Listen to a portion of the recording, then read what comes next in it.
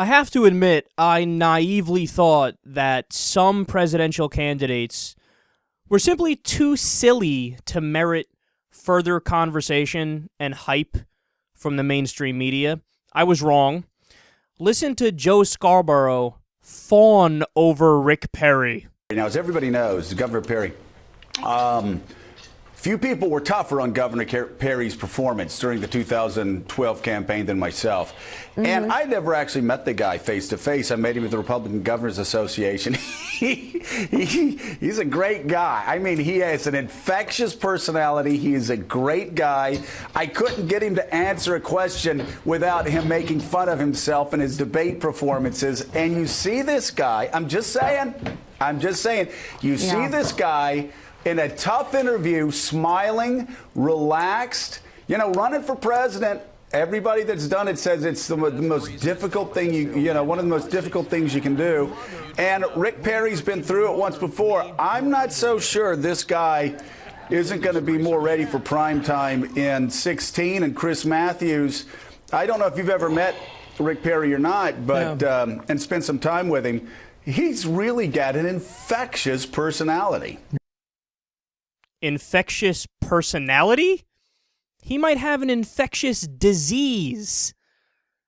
Run the old compilation we put together on Rick Perry. Check this out and you tell me what you think of him.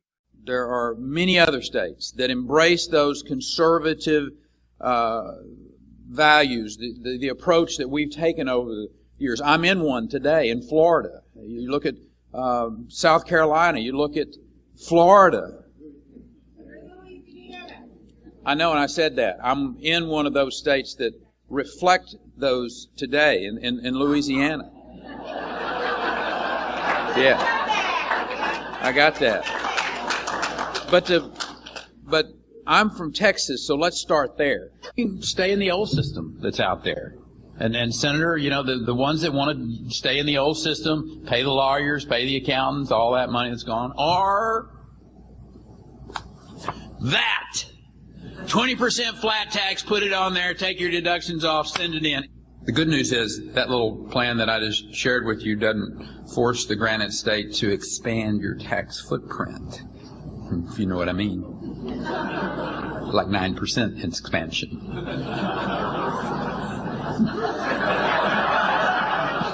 I love Herman. Is he the best? I mean, I have fun with him. He is a great and interesting guy. And thank you, Herman, for helping pay for the event tonight.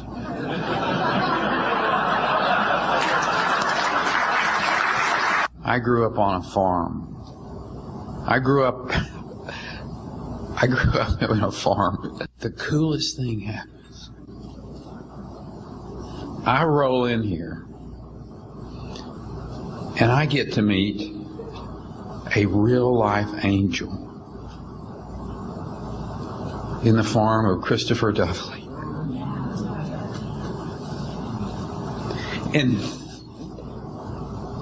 then I get to meet a real-life hero in Catherine Adair. I mean, like my life today has been awesome, girl. He was on the side of against the Second Amendment before he was for the Second Amendment. Was before he was before these social programs from the standpoint of he was for standing up for Roe versus Wade before he was against Roe versus Wade. He was for race to the top. He's for Obamacare, and now he's against it.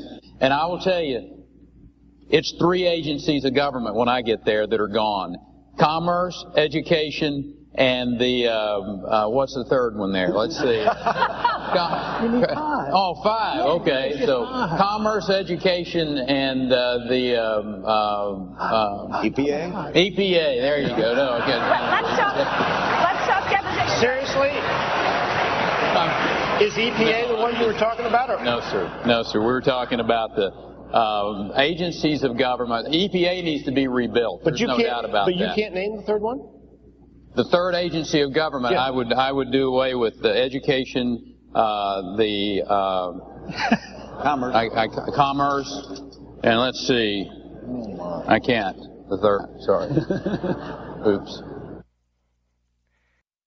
Oops.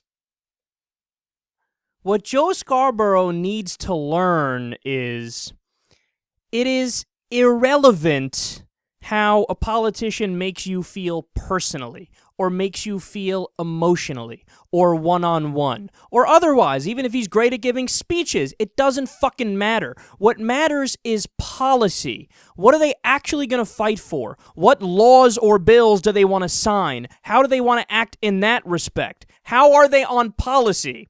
And how is Rick Perry on policy? Very much like all those clips you just saw right there. A train wreck.